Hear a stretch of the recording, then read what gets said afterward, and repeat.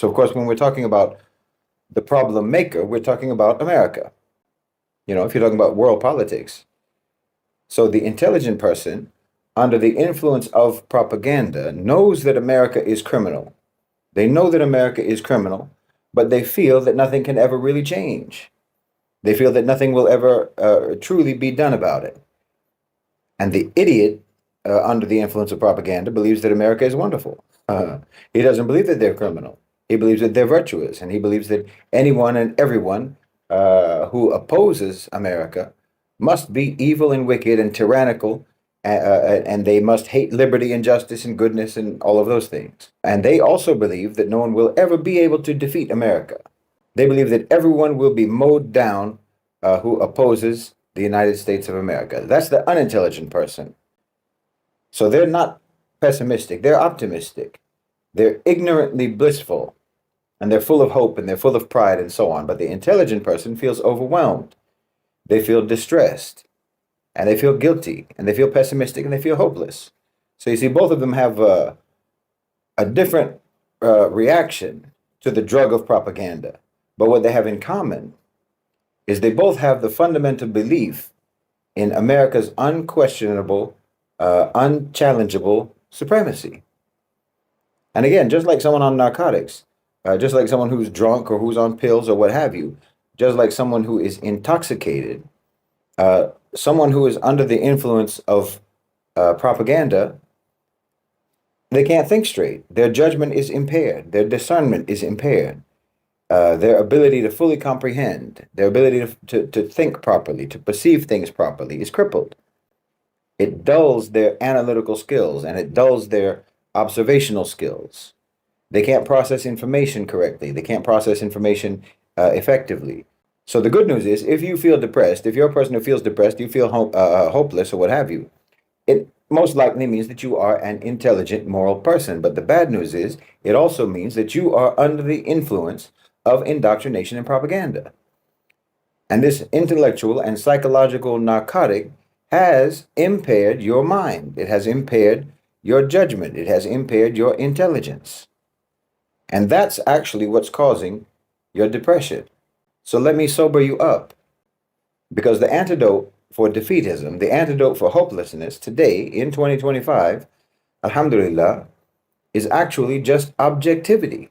That's all the detox you need. What's up, guys? Welcome back to my YouTube channel once again. My name is Dash Lifestyle. Kindly for watching me for the first time, remember to subscribe, like, share, and also comment. So guys, for a very long time, we know America, it is the superpower country, and it has used its influence as a superpower country to bully and destabilize some other countries, especially African country.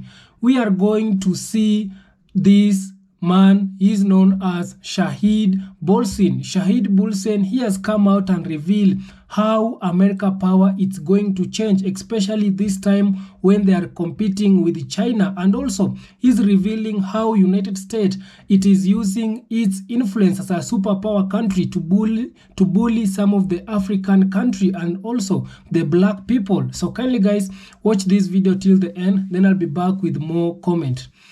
Pessimism and defeatism are the surest signs or the surest indications that someone is misinformed.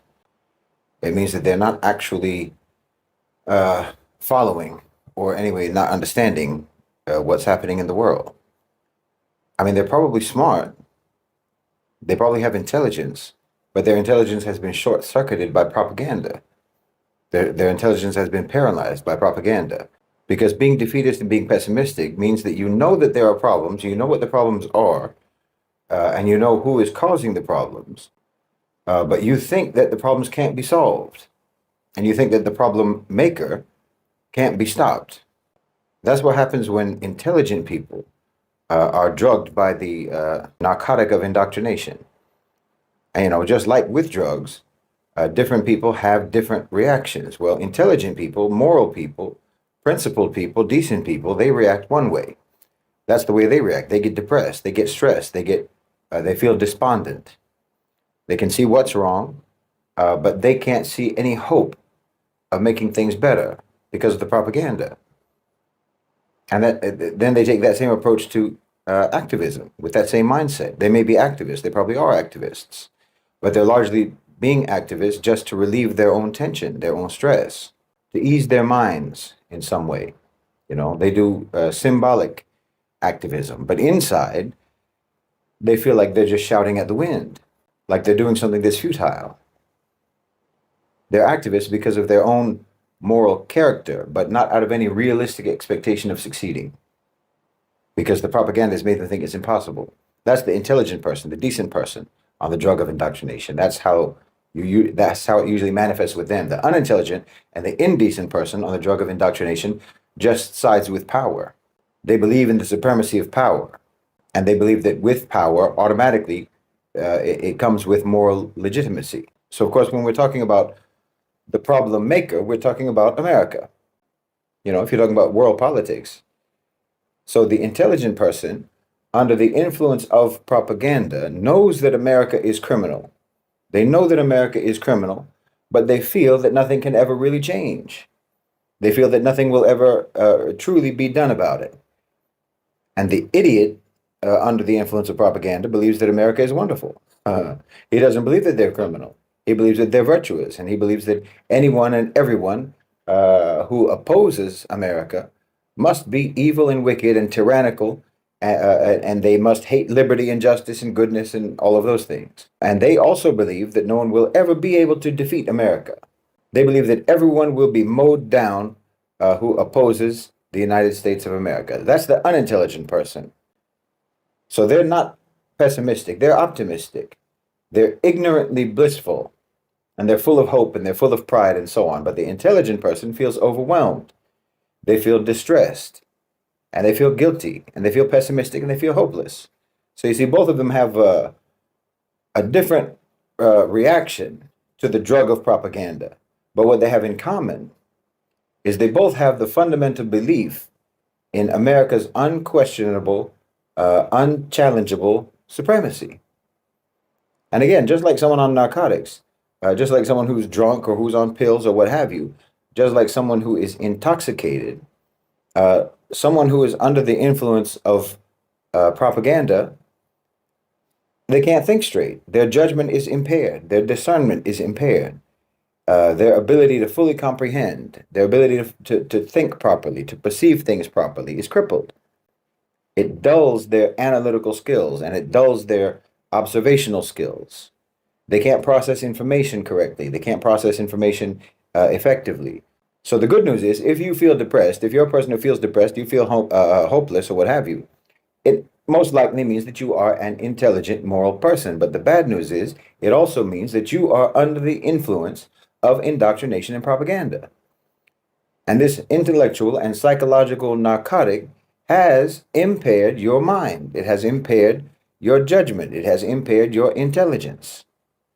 And that's actually what's causing your depression. So let me sober you up. Because the antidote for defeatism, the antidote for hopelessness today in 2025, alhamdulillah, is actually just objectivity. That's all the detox you need. Just a realistic, objective dose of facts. Because the facts prove that your hopelessness, your defeatism, and so on, your depression, it's irrational. Your belief that America is too strong, too powerful, too important, too rich, or whatever, that it's too great of a country or what have you to be stopped, that's irrational. It's not fact-based. And in fact, the main place that America still has power is only in your own mind. And that's because the main power that they have ever had was the power of propaganda, the power of, Hollywood, movies, television, and so on. Oh, they built a strong narrative about themselves. Yes, they did. It's a very strong and persuasive narrative. They made a picture of themselves as a superhero. They made their whole story, their whole history, a superhero story, a comic book. And the narrative, that story, that propaganda, got pumped into your brain morning, noon, and night your whole lifetime, until America never had to actually be, in reality, America never had to actually be what they made you think it was, because they made you think it was. I mean, they told you already, they taught you. This is a big thing in the West. Perception is reality. That's the first clue. perception is reality. They grasp that concept very well. But you should know that anyone who says that, anyone who actually believes that, it means that they're never going to actually be what they try to make you think that they are. Because they're not worried about being it. They're just worried about you perceiving them to be it. Do you understand? Anyone who believes that perception is reality is never going to be as worried about reality as they are about the perception. And that's the case with America. They have spent more effort than any nation in history crafting their image while completely neglecting the substance. America is a perception. America is a perception and not a reality. From George Washington's false teeth to Donald Trump's fake tan, America has always tried to look like what they're not. But here's the reality. America did not become the unipolar global superpower because they defeated everyone else. They defeated everyone else and they rose to a position of supremacy. No, America never won global dominance. It wasn't through superiority. It wasn't through conquest. You know, it wasn't through some grand triumph of strategy or innovation. No, they inherited it by forfeit. After World War II, the European empires collapsed. Britain, France, Germany. They were all too battered and too broken from the war to maintain their grip on power, their grip on the world, their empire. And then by the early 1990s, the only real challenger to America was the Soviet Union, and that imploded under its own dysfunction. The U.S. didn't have to beat anyone to claim the throne. They just stepped in when the previous rulers fell apart. That's not supremacy, that's opportunism. But what did they do once they had this power? They rigged the global economy in their favor. They built an empire not of colonies, but of financial dependencies. You know, the three pillars of America's false power. First, you had the Bretton Woods. In 1944, the United States forced the world to accept the US dollar as the global reserve currency. That meant that every country in the world needed US dollars for international trade. This wasn't because the dollar was superior. It wasn't because American goods were superior. It was because America dictated the rules. The result of that was that the US then could print money without consequences. They could run massive deficits. They could fund endless wars. They could fund their military-industrial complex. And they could still force other nations to hold their currency. The entire global economy became a hostage to the dollar. I mean, we talk about Bretton Woods a lot. Maybe I should sort of explain it, because it's a very good example of what kind of a friend America is to its allies. Truly. You know, they supposedly rescued the world from fascism in World War II, but then they seized upon the weakness and the vulnerability of their own allies by shoving the Bretton Woods Agreement down their throats. It was ruthless. In 1944, at Bretton Woods, it's a place, the United States imposed a financial order that forced all of the other nations in the world into a permanent state of dependence upon the dollar. Those countries didn't agree to it because it was a good deal. Don't misunderstand. They did it because they were left with no alternative, like I said, after the war. See, there's a theme here. You'll see there's a theme to America's dominance. The theme of America's dominance is the absence of alternatives. They only win when there is no competition. You understand? At that time, Europe was destroyed, like I said. Japan was in ruins. China had been devastated. Even Britain, the so-called, British Empire, was bankrupt.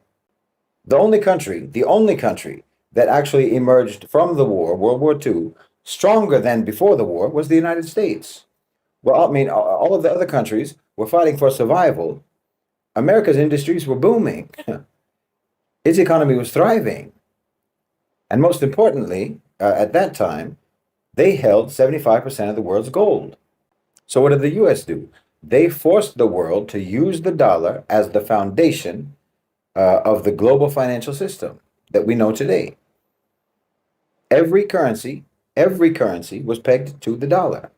And the dollar, they said, was to be backed by gold at $35 an ounce. This was a brilliant deception because the United States was essentially saying, we hold the world's gold So if you want a stable financial system, just trust our money, trust the dollar. And the world was desperate for stability after World War II, and they went along with it. Bretton Woods was sold as a way to prevent economic crises, like the Great Depression. That they had just gone through that before the war.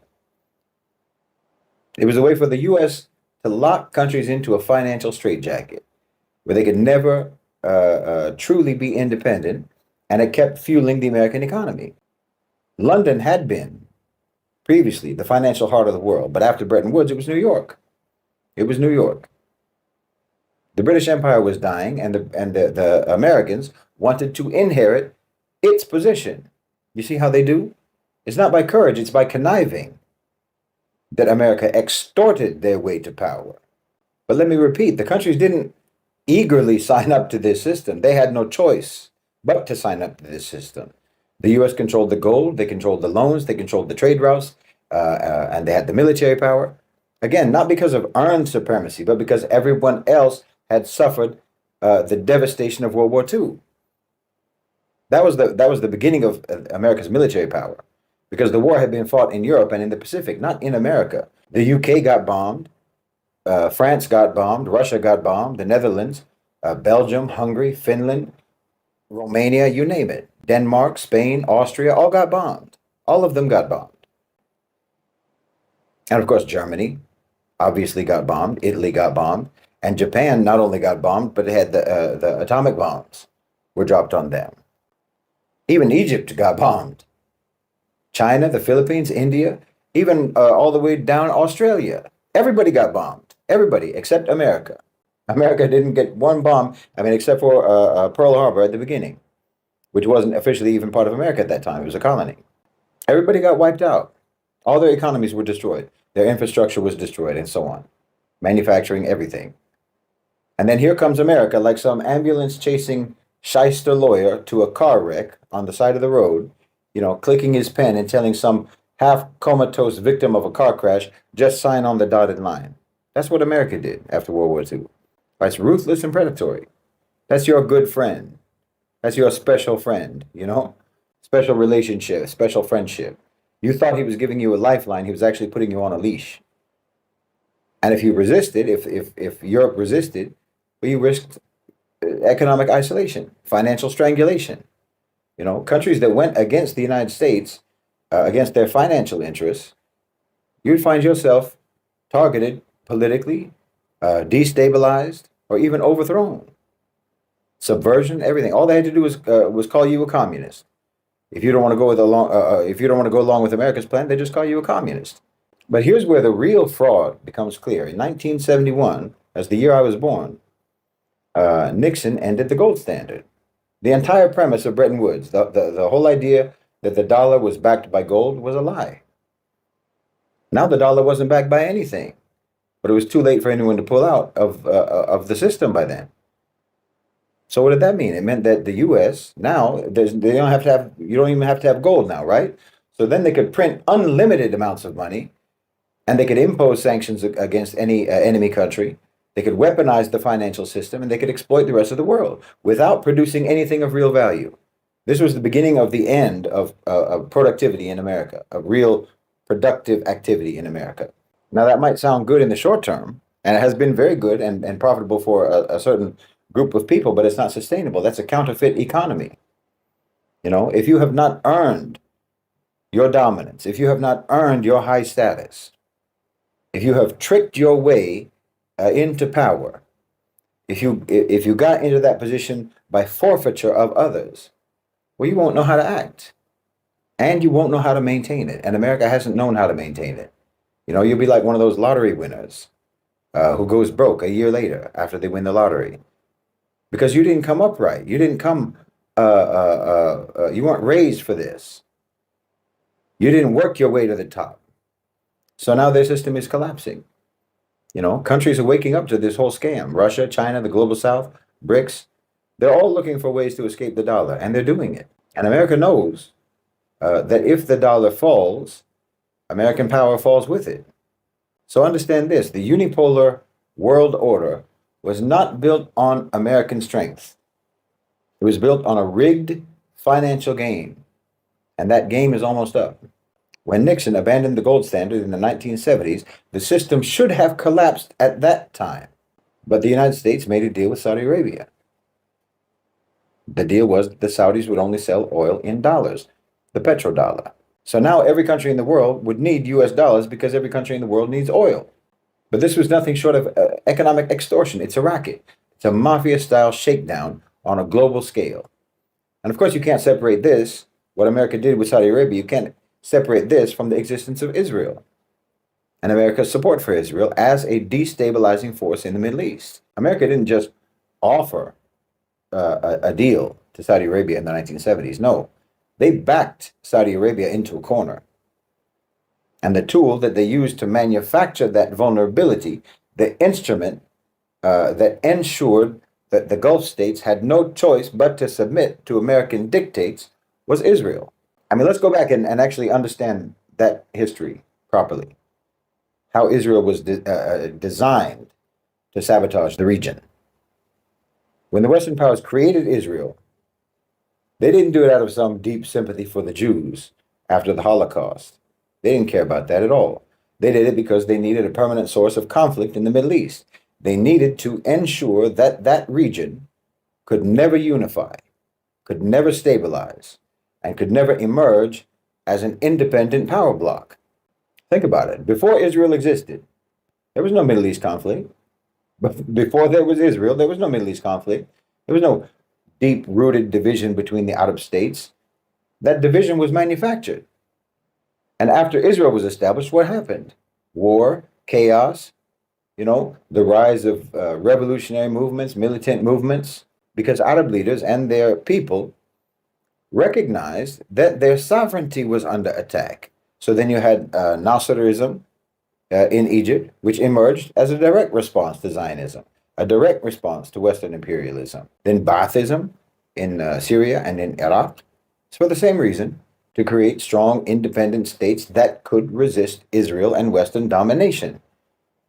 Israel is at the root of all of this, even communism. And all of this that was going on terrified Saudi Arabia. The monarchy was sitting on a sea of oil, and everyone knew that controlling the oil meant controlling the future. It really meant controlling the world. By the 1970s, America saw their opportunity. They were losing in the war in Vietnam. Their economy was in turmoil. Like I said, when they abandoned the gold standard, that was going to destroy the whole Bretton Woods system. No one was going to need the US dollar if it wasn't tied to gold. So they needed a new system of control. They needed a new way, some other commodity basically to tie the dollar to, and that was oil. But of course, they needed the Gulf states to comply. At that time, Saudi Arabia was surrounded by threats, all of them created, fueled, or exacerbated by the existence of Israel. The Arab-Israeli wars had radicalized many people in the region. You had, of course, Nasser and Nasserism, and that was regarded by the Saudis as posing a threat to them.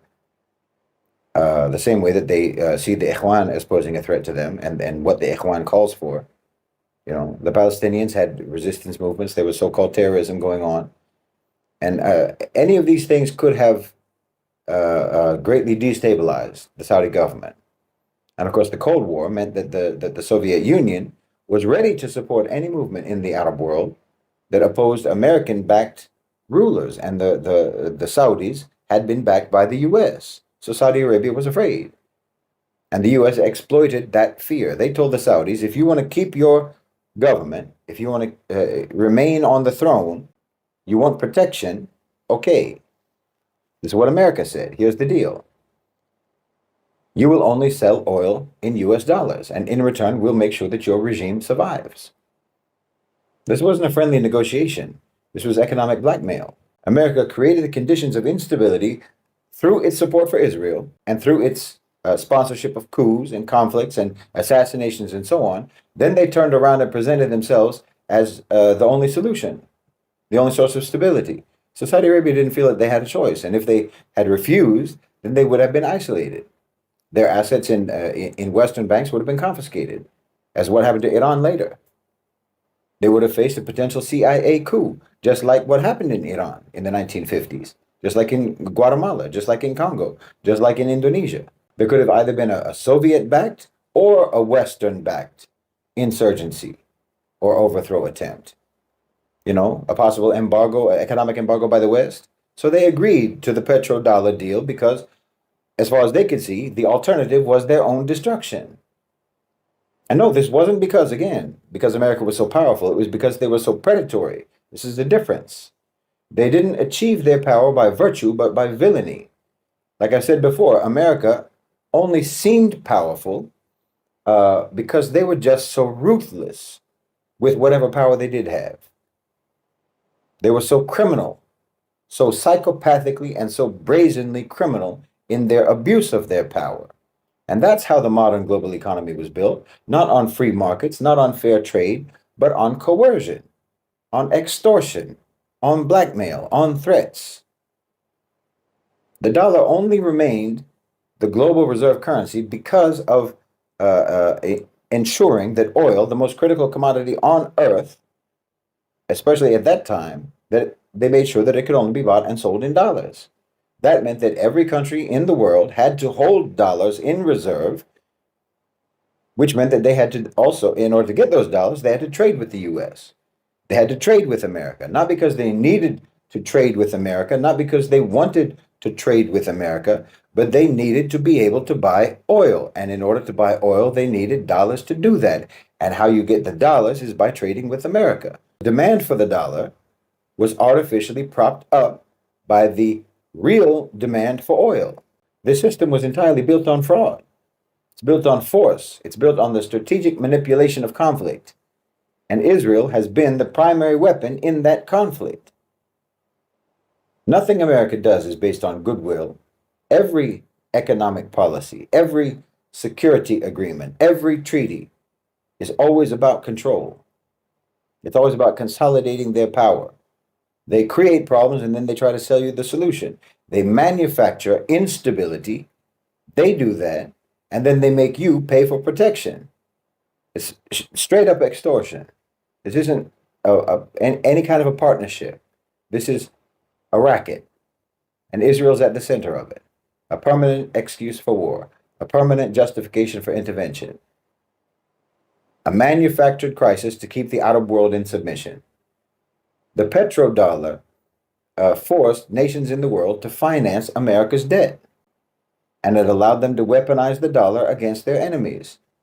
And this then helped the U.S. to spread its military presence all around the world. See, this is what people have to understand about how this happened. Why there's 800 military bases in more than 80 countries. How did that happen? No other empire in history had such an extensive military footprint. Not the British, not the Romans, nobody.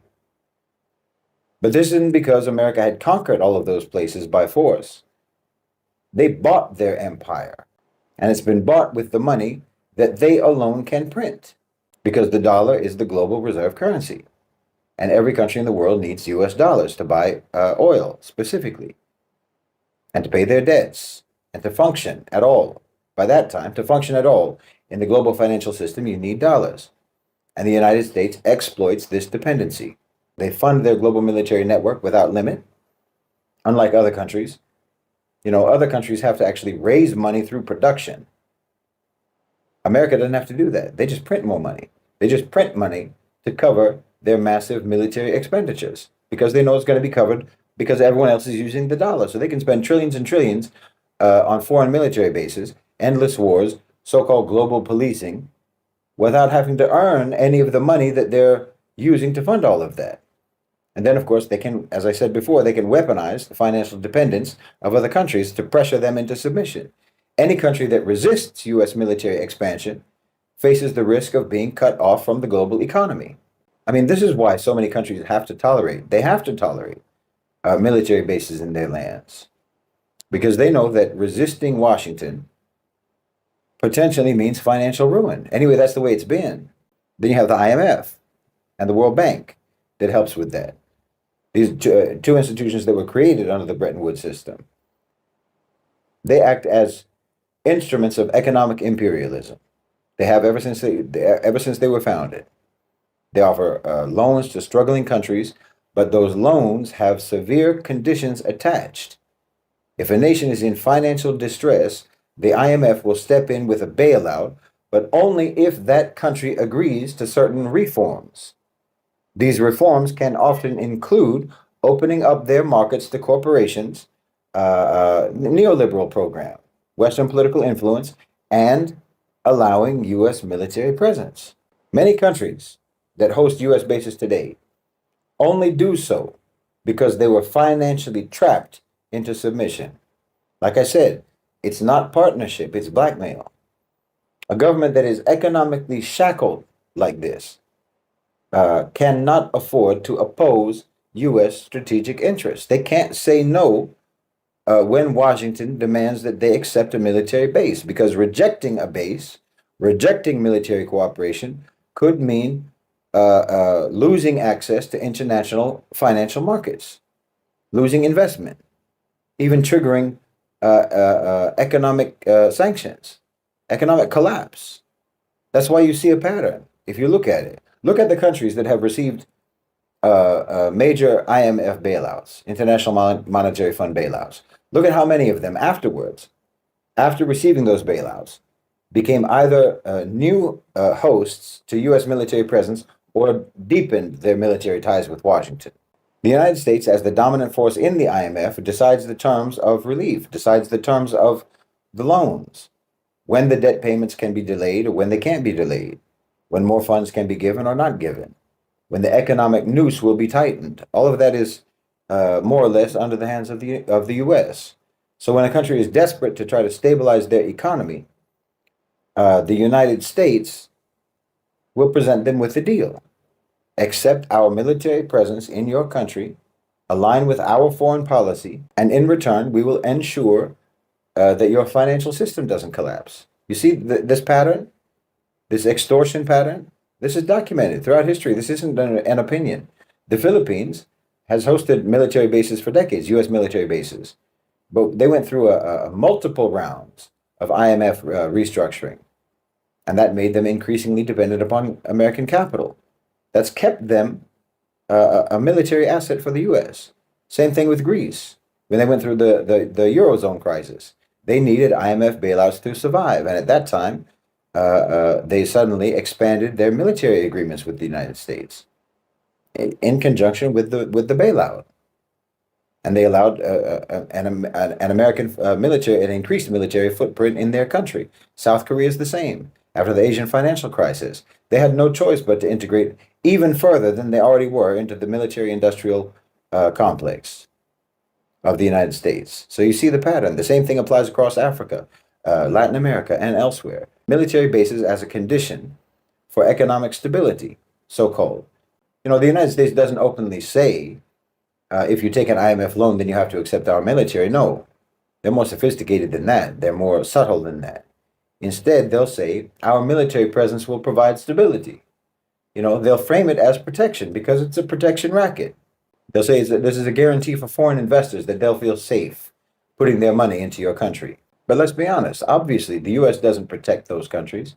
They're not there to protect those countries. They're there to subvert those countries and protect their own economic interests. What they're there to protect are the conditions that allow for Western corporations to dominate, to ensure that when any economic crisis hits, the affected country is not going to turn to China or to Russia or to any other alternative, but that they have to stay locked inside the American system. So America became a global hegemon because of the absence of alternatives. And they have only ever been able to maintain their status as a global hegemon by trying to prevent alternatives from emerging, because their actual power has always been relative power, not absolute power. And the truth is that their global hegemony is insufficient even to contend with regional hegemons when those emerge, or when they even might emerge. And that's what's happening now. As soon as regional hegemons, regional powers emerged, which they have, America has become de facto just another regional power, albeit with significant reach. America is a regional power now. But now even their reach is becoming untenable. This is why countries in the Muslim world, countries in Africa, countries in Asia, and so-called Latin America, all of the countries that are trying to achieve real economic sovereignty are trying to break free from the US dollar, from US dollar dependence. Because as long as the dollar controls the global economy, Washington will continue to blackmail nations into accepting their military presence and accepting subjugation. But de-dollarization is accelerating. The BRICS nations, Russia, China, even US allies are moving away from dollar-based trade. The petrodollar system is breaking. Saudi Arabia is selling oil in other currencies, in the yuan and so on. And they said that they're not renewing this agreement. Countries are building alternative financial systems. They're bypassing SWIFT, setting up their own trade networks. The fact is that America cannot afford endless wars anymore. Iraq, Afghanistan, Ukraine. Each one of these proves that they cannot enforce their will the way they used to.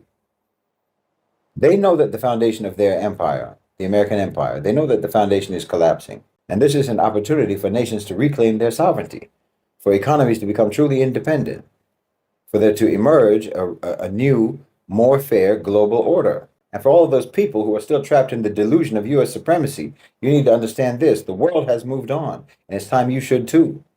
Because believe me, the power structure in America, the power structure in the West, they don't have these delusions like you. Believe me, none of the people who are in charge in America and in the West generally believe about America what you believe about America. They're in the process right now of trying to manage the transition of America from a global superpower to a regional power. And that's a fact. That's what's happening. They're undertaking the de-empiring of America. And we've seen this before. You should recognize it if you know anything about history. Same thing happened in the United Kingdom back in the 20th century. Like I said, after World War II, they were exhausted. And now today, America is following that same trajectory. And the parallels are undeniable. They're just going about it. The Americans are just going about it in a typically American fashion. They're performing an aggressive retreat, just like some cowboy who's shooting in all directions while running away. After World War II, the UK was drowning in debt. America is drowning in debt. They could not finance their empire anymore. The United States is in the same situation with close to $40 trillion in debt. And like I said, a crumbling industrial base. And the world is increasingly, like I said, rejecting the dollar's dominance. They're in trouble.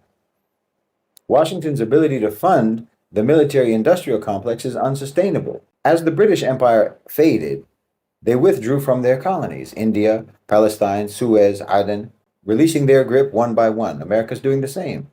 They withdrew from Afghanistan in 2021. They're scaling back their presence in the Middle East. They're going to leave Syria. They're struggling to sustain their proxy wars, whether it's in Ukraine or wherever else. Washington is pivoting to the global north now. The Western Hemisphere, Canada, Greenland, Europe, because they know that they can no longer control the whole world as they once did.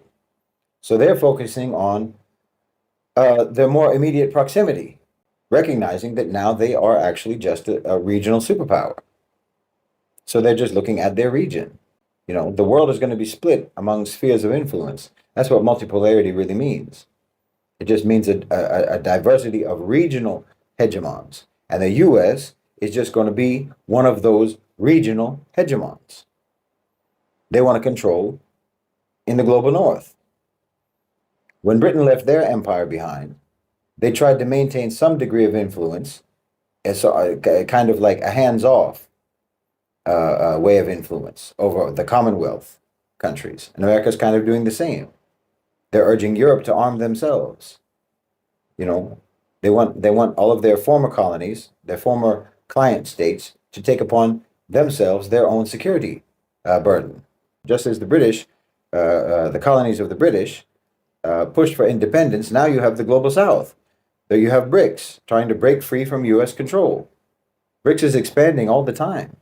The Gulf states are rejecting Washington's demands, and they're building alliances with Russia, with China, and so on.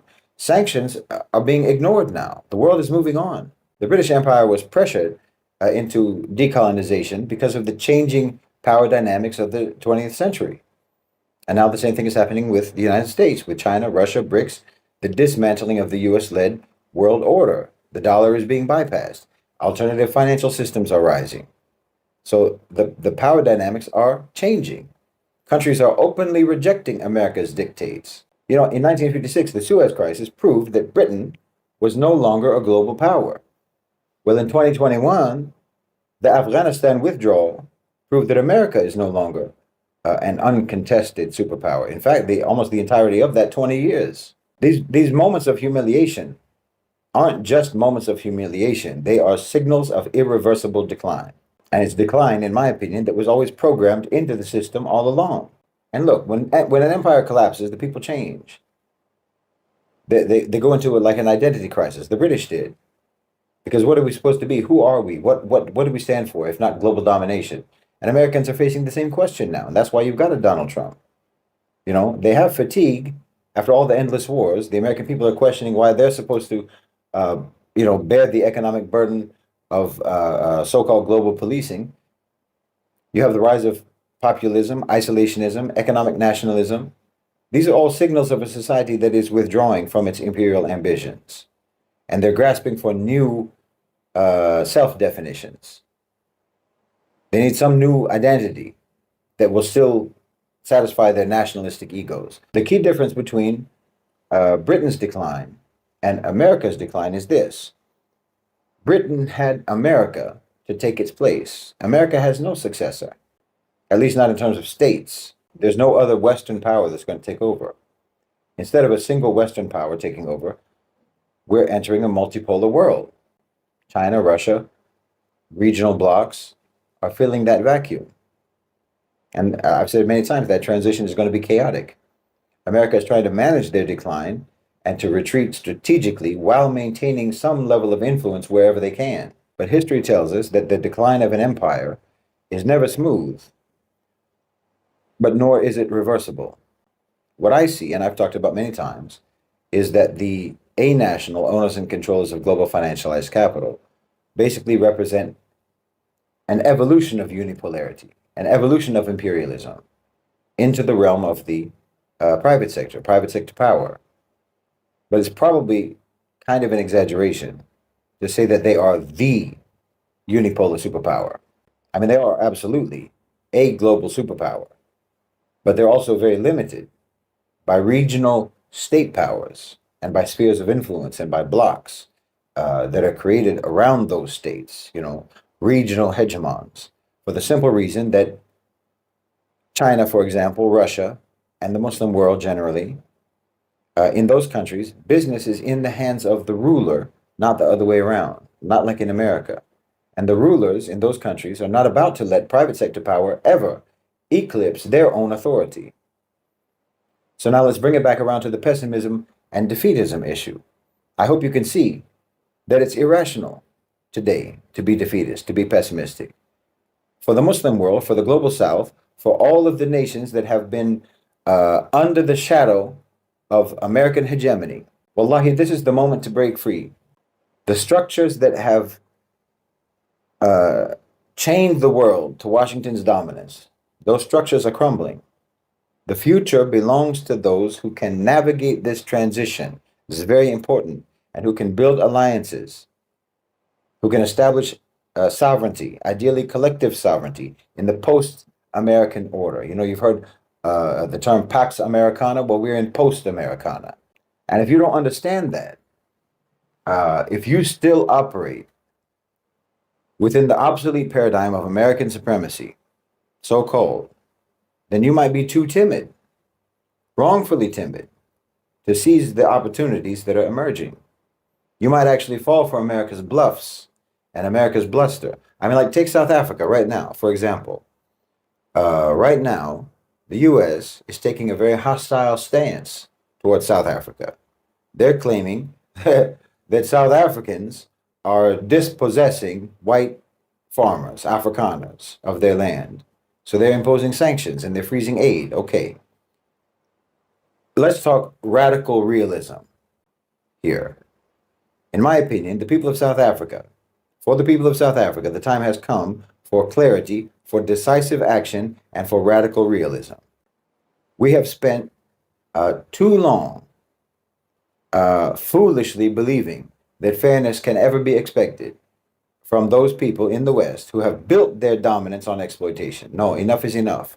The United States believes that it can sanction South Africa into submission. They believe that they can dictate your policies. They believe that they can bully you into compliance. But in my opinion, they have miscalculated, and they have miscalculated badly.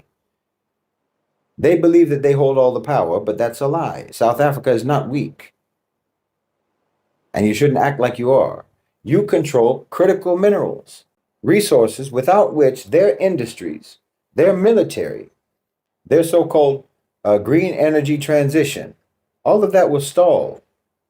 If they want economic warfare, then let them know that without South Africa, their technological and military ambitions collapse. This isn't just empty rhetoric. This is reality. And sometimes you need to be told what reality is. What about South Africa's ports? I mean, do they think that the global trade routes that they depend on are untouchable, America? South Africa holds the key to vital shipping lanes. South Africa is a gateway to global trade. If America attempts to cripple you in South Africa, you remind them that you can disrupt their supply chains.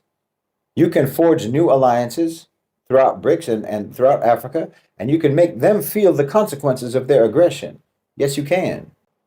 And to anyone in South Africa who says that you need their markets, you need their investments, and so on, dependency is a choice in 2025.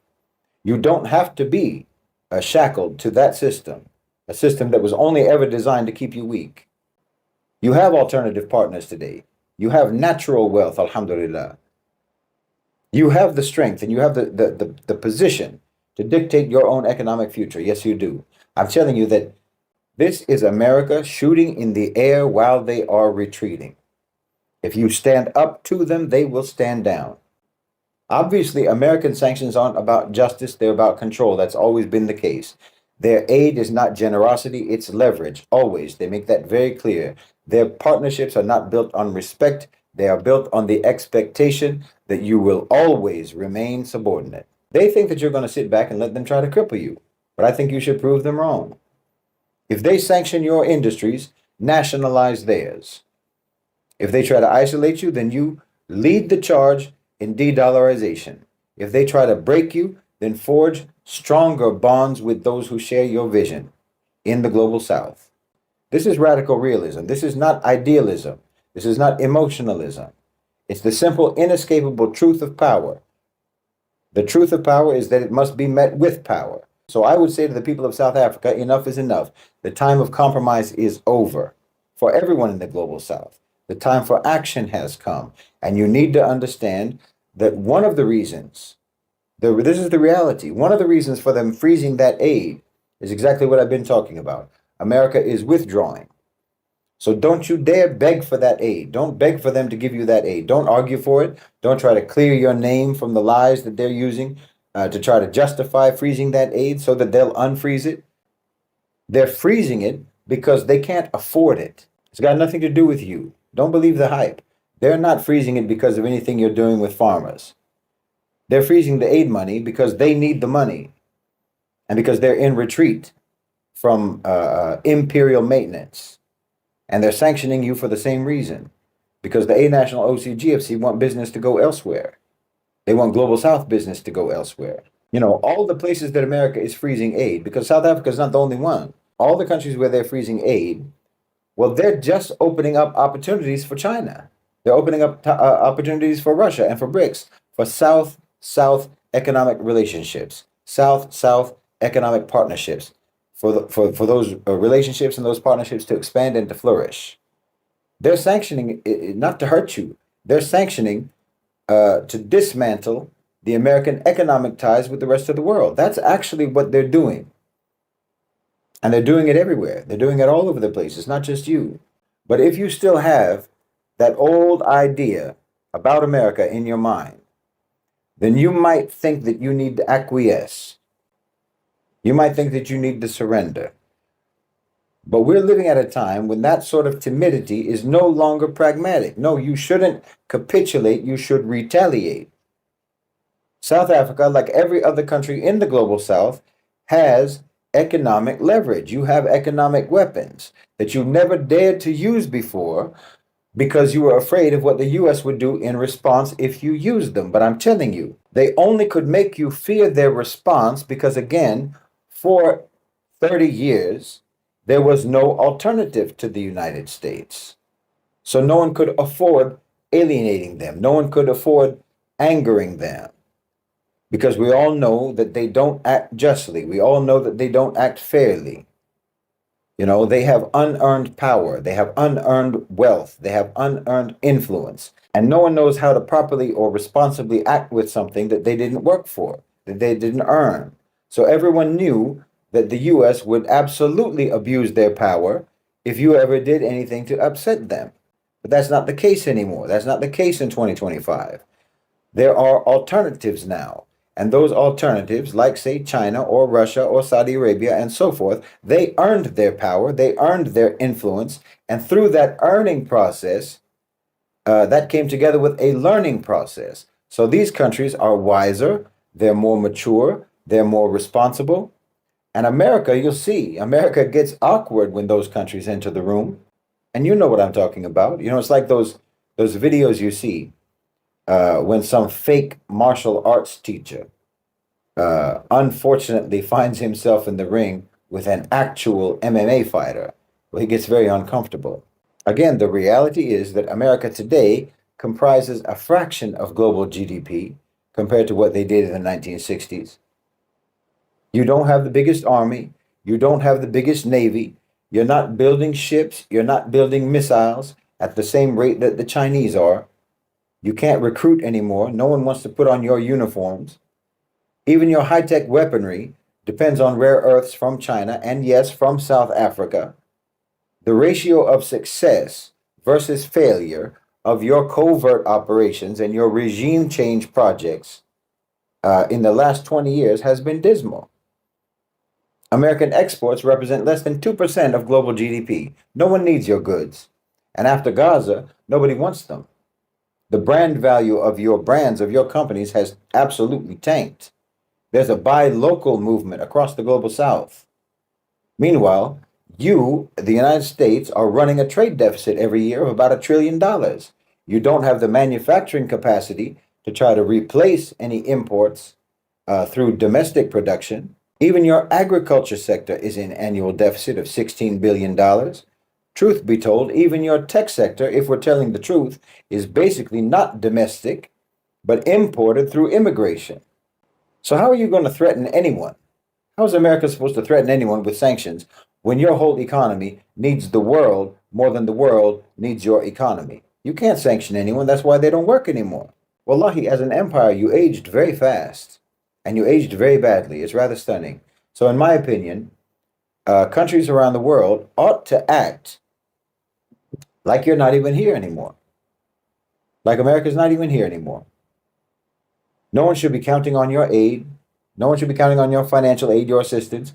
No one should be looking for your investment, trying to solicit your investment, and no one should be selling to your market. No. How are you going to act hostile and how are you going to act aggressive and still expect to have access to our products, have access to our resources, have access to our expertise in the global south? If you want to put tariffs on what we export to you, then okay, you buy our exports in our money and your merchants can pay for that tariff in dollars. How about that? I mean, if you don't want to play nice and you think that everyone is going to still just coddle you while you're throwing a tantrum, well, you might just get the response that you deserve. And then maybe you'll learn to behave yourself, because we are entering the era of America's humbling. We're entering the era when that big parade float called America gets deflated. And I'm telling you, the history that's going to be written about that country, the history that's going to get written in, say, 30 years or maybe 50 years from now, well, that history is going to be scathing, because there has never been a more fake, a more fraudulent, a more hypocritical, a more belligerent, or a more unqualified empire than America. And if you ever want to be great, I mean, forget about being great again. If you ever want to be great, then America is going to have to be humbled first. It's going to have to be completely stripped of all the lies, of all the filters, of all the propaganda. And then maybe you could start doing the work, the real work of a civilization to become great, to become that great nation that you have pretended to be all this time. But until that maybe comes, well, the rest of the world is going to have to deal with you according to the way that you really are.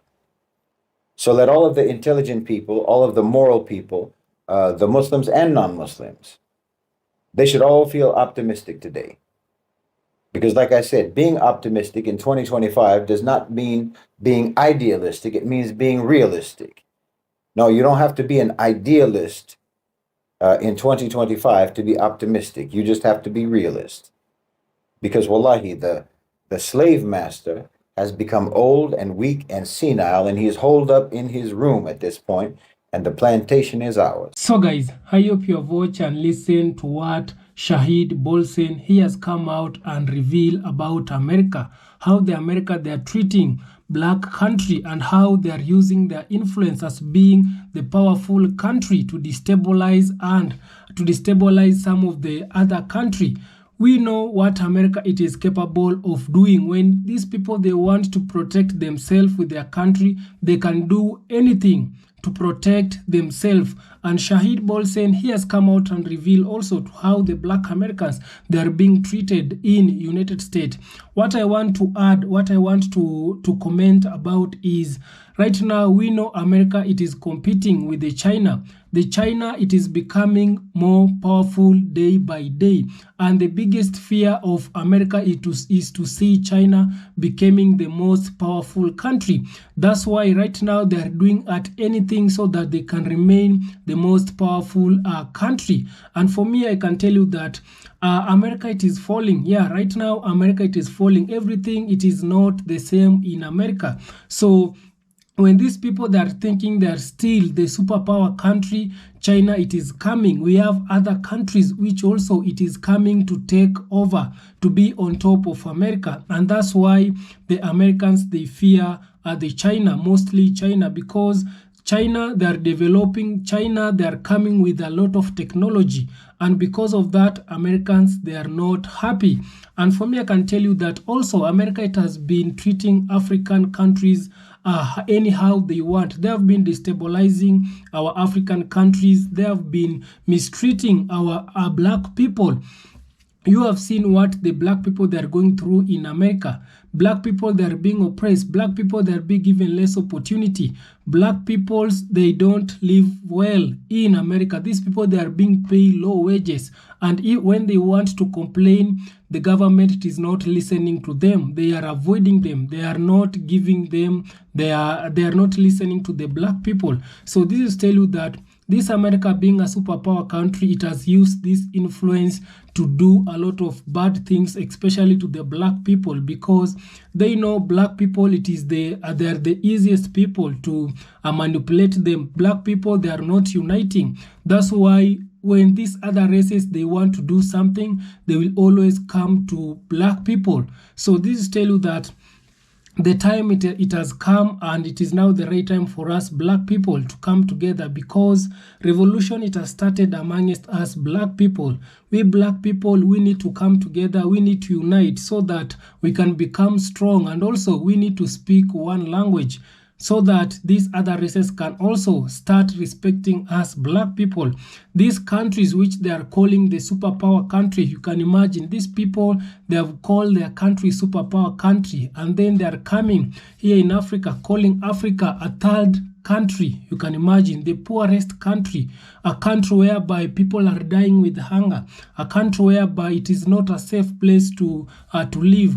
These people they are calling our country bad country, but you can find out that our resources which it is here in Africa, they are the ones they are using our resources to build their country. You can imagine they are taking our oil to their country, they are taking our gold to their country, they are taking our minerals from here in Africa to their country, and yet they are calling our African country poorest third country, and they are the ones who are destabilizing our country because they are superpower country. For me, I can tell you that we need to cut all these ties with this Western country. We as black people, we need to start processing our resources here in Africa.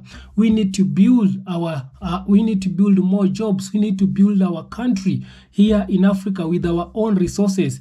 We do not want to export anymore our resources to this Western country, because these people, I know they cannot do without us black people. They cannot do without coming here in Africa and taking our resources. They can't. So these people, they depend so much in our African country.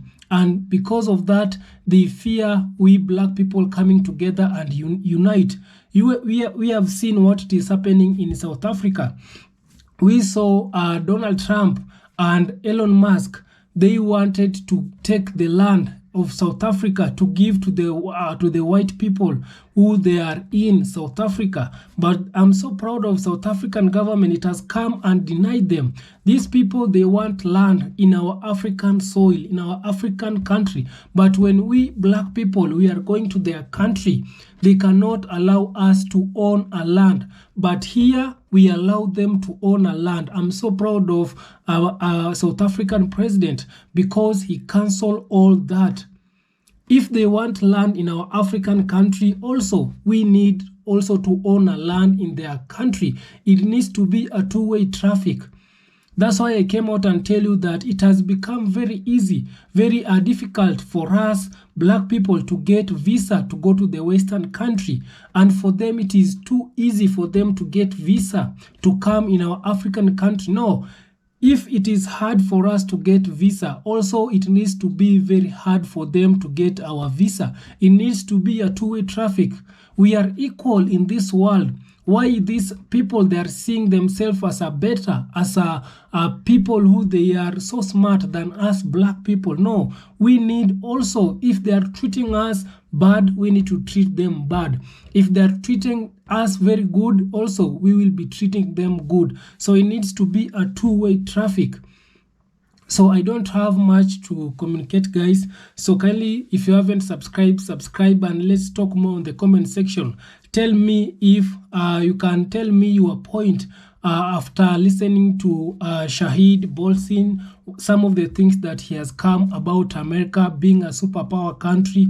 Right now, I can see America, it is falling. I've seen some of the videos of the white people coming out complaining in this superpower country, which they are. The white people, they are crying because life, it has become very hard. They cannot even afford basic necessities. Yeah, in this superpower country, people are losing jobs. The white people, they are losing jobs. The white people, they cannot afford also some of the things. They cannot pay mortgage. These people, they cannot even drive right now. Food, it has become expensive. So they have come out and crying publicly, and yet they are still calling their country a superpower country. No, right now the power needs to shift. Yeah. Also, we as African, we are developing our country. Soon we'll be taking over. So kindly, guys, subscribe, like, share, and also comment. See you on my next one. Bye-bye.